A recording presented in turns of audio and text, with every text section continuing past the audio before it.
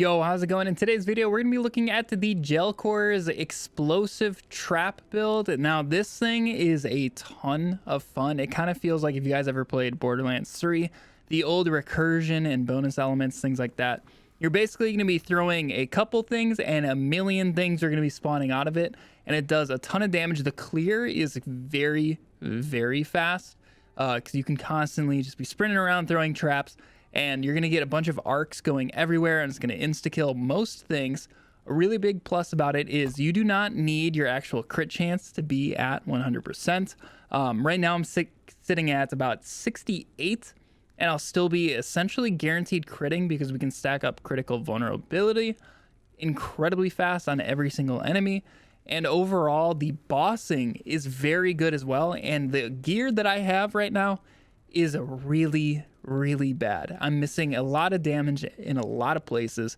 So I think once you get this set up perfectly, you're actually going to be nuking a lot of bosses. I'm currently at about 200 corruption on one of my monoliths with this character, and it's been a breeze so far. I'm showing him just a hair over 2,000 health, and I can get my endurance helped out a little bit. So the survivability is there as well. It can be on the squishier side at times, but as long as you're throwing your traps, you're going to maintain constant glancing blow chance, and you're going to be able to tank quite a bit, at least with a good amount of stacked up health. So there's a lot going for this build, and there's a lot of fun things about it. Now, it can get a lot for your PC at times, just a heads up. So if that is something of concern for you, give this a go. Let me know how it's going to be running on your PC, but overall, it's been a ton of fun, but we're going to go ahead and dive into all the bits and bobs of this, and let's go ahead and jump into the build. For this build, I just want to look at our weapons first because you can't really play this exact setup until you get at least one of them, but you will need two of them for the end version of this build, and that is the JELKHOR'S blast knife. This is going to allow us to change our detonating arrow from a bow skill into a melee skill and then boost it by a lot. So on the low end, it's going to be like 48, and then on the upper end, it's going to be 65 base melee damage for your detonating arrow. So you are going to be needing to farm these a little bit. The mana cost shouldn't be too impactful on here. Just any of those should do. Like this one's a -3, and this one's a -5, and my detonating arrow is free. But that is going to be an important part, is getting that to be a free cast, because you're going to be sending out a lot of them, and you're going to be using mana to send them out regardless. So being able to make that free is incredibly important. But yeah, once you get two of those, you can actually full on go with this build. If you only have one, just run like any dagger with it and you'll be good to go until you can farm up a second one. And let's go ahead and go into the skills. We're going to start off with an explosive trap because that is our main one. It's going to be what's interacting with detonating arrow. So obviously we're going to need arrow traps right here. So whenever explosive trap detonates, all other explosive traps detonate in a quick succession and fire detonating arrows. And this is going to allow us to get as many traps as we possibly can with trap sprinkler, automated bombardment, and trap Uche, so they can start launching at the enemies. This is very key, and it's going to really help out your clear. And then you can also grab static mines, trappas, and cold snap mines. This is going to give you even more traps for even more detonating arrows. And then you can just grab some mana cost reduction over here. You don't need to worry about the damage of explosive traps themselves. Just go ahead, make sure they cost as little as possible, because they will get a little bit of expensive in the mana department as time goes on if you're just absolutely spamming them. But otherwise, you can do additional traps thrown at 2 right there. And then this one, so smoke traps, is really nice. This is going to allow you to stack a lot of dust shroud very quickly. So if I go ahead and throw these at this, we can see we're going to get quite a few dust shrouds going right there. We got about 3 of them, and it's going to be even more once you're in an actual game here. We're up to like 5. Once they're actually ricocheting out towards other enemies, you're going to stack that up into like the 20s pretty easily and have guaranteed glancing blow chances. And then you can also increase the damage of the explosive traps themselves per dust shroud. So that's a nice little bonus we can get going right there. Moving on over to detonating arrow. I did play around with doing the thunder steel, but to get there, you have to go through infused discharge, and it's going to always consume a portion of your current mana. So you're almost always out of mana with this. So unfortunately, that did not end up working out. but I did come up with this spec, which I really did end up enjoying. So we're going to have increased crit chance with detonating arrow 100% and reduced arming time. The reduced arming time is very important. It's going to make it feel way more responsive to everything that you're doing. Then over here with a weak spot, you get crit multi and then crit vulnerability chance. So these two combined, you're still going to be basically at guaranteed crits, even without having anywhere close to guaranteed crits on your character sheet. And then a big one is going to be Arcing Blast. This is going to really help out our clear. You're going to get to these just launching everywhere. For any of the like seal the gate monolith missions, you can just sit in one spot and just rotate your cursor in a circle while you're holding right click, and everything, there's going to be lightning blasts everywhere. Everything's going to instantly die, and it's incredibly fast. It's one of my favorite things to do in the game right now is play this build and do the seal the gate missions. And then we can grab some extra damage down here with Beast Slayer, Lethal Blast, and Concentration. I try to keep the arming time as little as possible, so that's why I only put 1 point into there. Then we do 2 into Lethal Blast, and then 3 into Concentration. We really don't need the explosion radius because you're going to be throwing it right at the enemies, and they're going to be melee range anyway. So that's why I really do enjoy this current spec for detonating arrow. And then I am running trap right now because we can get damage against slow or immobilized enemies, which is very nice. All you got to do is just throw your trap. They don't have to hit anything, just throw it. And that's also going to give you attack speed with throwing, so you can throw out even more explosive traps. And then we're going to convert it into lightning, so we can get lightning resistance shred because of our detonating arrow is lightning. And that's why we also go 4 points into rending wires here, so you can get a couple stacks of that in just one throw. I do not like to move with net, so I make sure I don't flip backwards. And then I go into some survivability utility here with frailty and physical damage from netted enemies. So if you throw it at a boss or any sort of rare enemy, they're going to end up dealing less damage to you, which is very, very helpful. And then Smoke Bomb is going to be nice for us because it's going to do quite a bit. So I do spec some Impending Gloom for the area and growth speed, and just 1 point into Generosity here for a little bit more. And then otherwise, we're going to get Crimson Shroud. So not only is it going to make us tankier with the damage over time reduction, but the bleed chance is actually crazy on bosses. So if you throw your smoke bomb down and you start going nuts with your explosive traps, you can stack up hundreds of stacks of bleed. And also the really good part with all of our gear that we're going to be running in this build, it's all like global damage boost. So that damage over time is actually going to be contributing quite a bit to your damage. So there's going to be a lot going into this, and this is a very good and important node. Otherwise, I do grab the like glancing blow trance up here with the dust shrouds just for a little bit more to be guaranteed. Make the duration as long as possible. We buff our melee and throwing damage. That's going to be our explosive traps and detonating arrow buff there.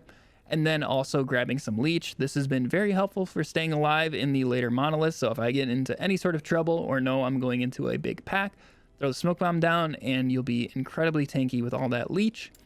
And then I'm running shift right now. Pretty simple spec here, just grabbing like the mana efficiency, the haste, invulnerability, some dodge rating at the end, and also the execution with the kill threshold right here. This build does a lot of damage in smaller numbers, but just a ton of them. So when you get closer to the end of the boss, you can just execute that last 16%. And with the new health bars, it's really easy to know when you're at that 16%. So overall, this has been fantastic for moving around and bossing. One thing I did want to mention really quick, just because I do not have any levels of explosive trap on my chest piece yet, and I do think that's going to be your best bet for an actual like perfected build. So if you guys do end up getting that, what I would end up doing with your points is right now I do have 1 point into lightning bomb just because you do get an extra one at the moment. And I thought it'd be nice to get some spark charges just because we're hitting them so much. But after that, you guys can actually move this out. And with the extra points that you have, you can get adaptive fuse right here. Depending on how many points you get, you could leave this one here and then still get adaptive fuse. I think this will make it feel just a little bit more consistent as enemies are sprinting at you. So if you are in like a time crunch scenario, like you are going to get charged by something, you can end up getting them to explode right away, and you can start getting health back in case you have like smoke bomb on the ground. So I did just want to mention that in case you do have more points of explosive trap than I do. I just realized I recorded all of that skills stuff with my camera on, but luckily it did only block one skill in our detonating arrow. That skill is spec 3 out of 3, just for some clarification. But the other thing I want to clarify is on my hotbar, some of you might have noticed, I do have Decoy on here, and we're not actually spec'd into it for any of our skills. We don't need detonating arrow on our bar because using that would just be a detriment when we can just actually use that time to throw an explosive trap. So Decoy is just really nice in case I need to turn some enemies around if I'm like getting hit a lot. It's just a free extra little utility thing you can utilize. I don't use it all that much, but I do just have it there for the time being. But let's go ahead and take a look at our gear. Obviously, like we went over, we're going to be using the JELKHOR'S blast knife. Now, if you guys do get LP versions, I would really look for, I currently have melee lightning damage, which is good, but that one and crit multi are going to be like your top two. Like you get a 2 LP JELKHOR'S blast knife, you're going to want those two affixes on here. Otherwise, some decent ones you could do, like health on melee hit would actually be a really good survivability option. I might want that on one of these, but we'll see as we move up our corruptions. But then for the rest of our gear, your helmet, you're going to want the Dragon Visage so you can get that crit multi and fire resistance, also a decent amount of armor. Now, I currently have mana and then damage while wielding a dagger. That's pretty much my best bet for the most parts in terms of gear. There's really not much else that I would run in this helmet slot. I would like them reversed, like I would want the damage while wielding a dagger to be exalted. But then after that, fit in some resistances and stuff like that. You are going to need a good amount of physical resistance if you're going to be using the boots that I'm wearing. If you want to use a different pair of boots that I'm going to mention later, you won't need quite as much physical resistance, so just keep that in mind.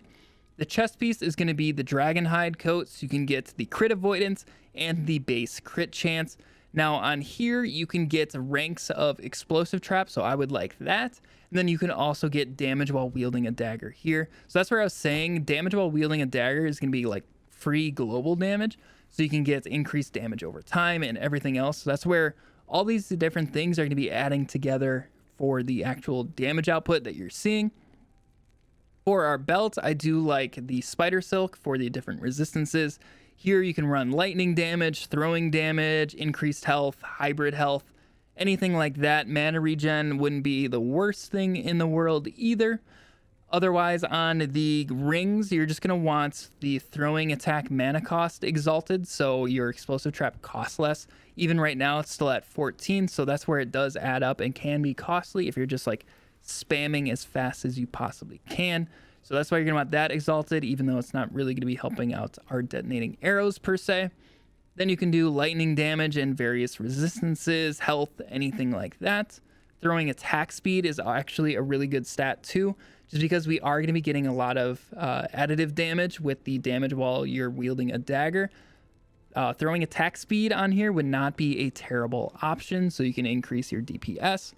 Then for the gloves, the actual kind doesn't really matter too much in terms of the gloves, just fit in whatever fits best. And then here I usually run like crit chance. You can do dex, throwing attack speed, and then for the defensive side, resistances and hybrid health. Now I did just want to mention really quick on the rings, these are just what I happen to have with the exalted throwing attacks. The increased fire damage and fire resistance isn't terrible on the ruby rings. Sapphire rings isn't bad either for the mana regen and mana. Otherwise, you can do the copper for crit chance. So there's a bunch of different rings you can do. You can do opals for the cooldown reduction too, so you can use more shifts. It's completely up to you which rings you end up running. It's not a hard requirement there. And then for the boots, I've been using the Solaron Step for the increased melee crit multi, and I was able to roll movement speed on here, which was insane. I kind of freaked out when I did that. But these have been really nice. Now, if you guys do not have these, you can run the, I believe it's called the Vaon's Chariot, which comes from one of the arena bosses. You can farm it at tier 1, so it's very easy to get your hands on. And then from there, that's going to increase your damage based on your movement speed. And you can get your movement speed cooking with this setup here. Right now, we are at 143% movement speed at times. So you can go crazy with the movement. And that's why that would be a really good option if you do not have these boots. They might even be better for, like I said, there's a bunch of different things that are adding to our damage, but I just wanted to stack up my crit multi as much as I possibly could, so I'm currently running those. And then as our relic, we're going to be using the ancient coins for the crit chance and health gain on crit, so survivability and damage all in one. You can run crit chance, crit multi. I believe you can get throwing damage on here if you want to buff up your traps a little bit more, and then fit in some various resistances or endurance on there. Wouldn't be a terrible option. On the amulets I'm running the gold amulet for more resistances. And then you're going to want lightning pen and crit multi on here as your two prefixes. I currently have throwing damage, which isn't terrible, but I would like to change that to crit multi. And then I just have health and some extra resistance, specifically the physical, because I have the Solaron step, which is minus 75%. Now my idols, there is an exact idol that I would like to duplicate 4 times in basically this layout right here. So what I would want is a grand idol with crit multi while dual wielding and increased damage while wielding a dagger. So I have kind of like some variants of them, but for the most part, you're going to want to stack that crit multi while wielding a dagger, while dual wielding, and then also that damage while wielding a dagger, and they can come in the same idol. So if you can stack those 4 times, that's a ton of extra damage. And if you put it like this, you can fit in the 2x1s with increased health and flat health. This is going to help out a ton with how much health you can hold. So this is the only one that I have right now with both of those. And just taking this on and off is about 100 health from this one little 2x1. So you do that a couple times, you can get a couple hundred extra health. So that's very, very helpful for your survivability. So our passives on this Marksman build actually revolve around all 3 masteries except for Marksman. We are putting 0 points into Marksman with this Marksman build, which is pretty funny, but for the most part, you're not going to need it since we're turning everything into melee. There's nothing really in here that's going to be helping you out too much, at least for its point investment. So we can get much better value out of just the base rogue tree, and then a little bit of blade dancer and a little bit of falconer. So looking at the falconer first, what you're going to want to be grabbing is the health and dodge rating. The damage with haste, you're going to be having haste all the time, and you have a chance to gain it when you hit an enemy, which is really nice. And then you're going to have your maximum health gained as endurance threshold. It's going to be a big survivability option here. And then I just have 4 points into stamina of the rover, so we can get a little bit more mana whenever we dodge, and then we can maintain our trap throws a little bit more.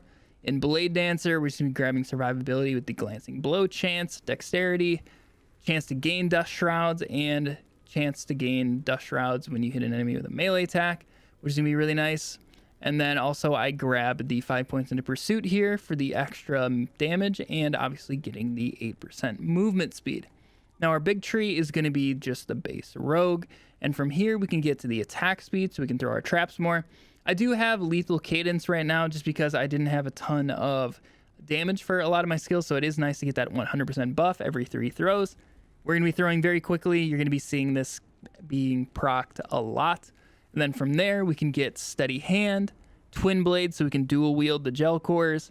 And then I'm grabbing 1 point into guile, so we can get to evasion and agility, maxing both of those out.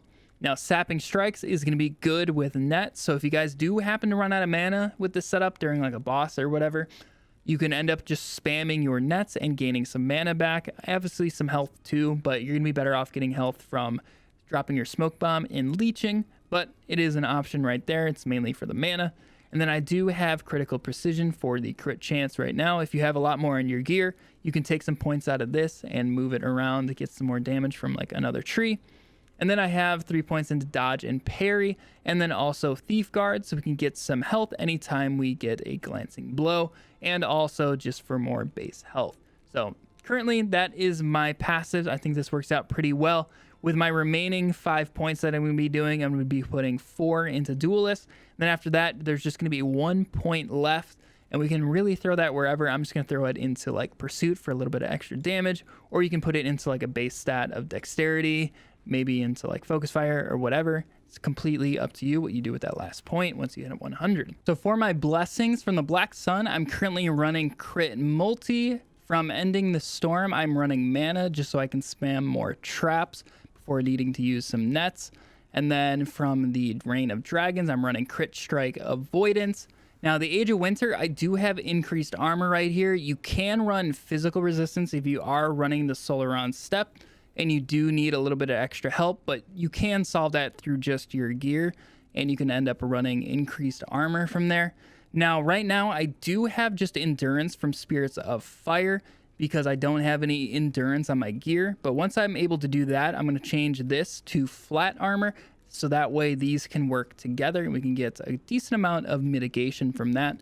But yeah, that's currently what I'm running for my impactful blessings here on this build. That's pretty much all the details on this build. I just want to show off like kind of how it plays a little bit here on these dummies. So one really cool thing about this build is as you're throwing them and you're sending out all these little like shock charges from the detonating arrows, is they can actually follow you. So if you like throw them out at enemies, you can actually get them to chain to enemies close to you. So that's actually something I try to focus on with this build, is the thing I want to kill the most.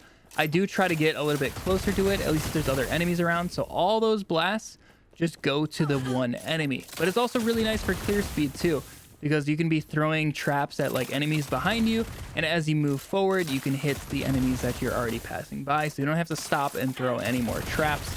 And it just makes life so much better, and it's really nice clear speed with the different like objectives, like the sealing the gates. You can just drop a smoke bomb and just do this. You can literally just do that. It's fantastic. It's so much fun. It's incredibly fast. You're tanky with all the leech from smoke bomb, and you're insta killing everything. So it works out pretty darn well. But hopefully you guys do have as much fun with this build as I do.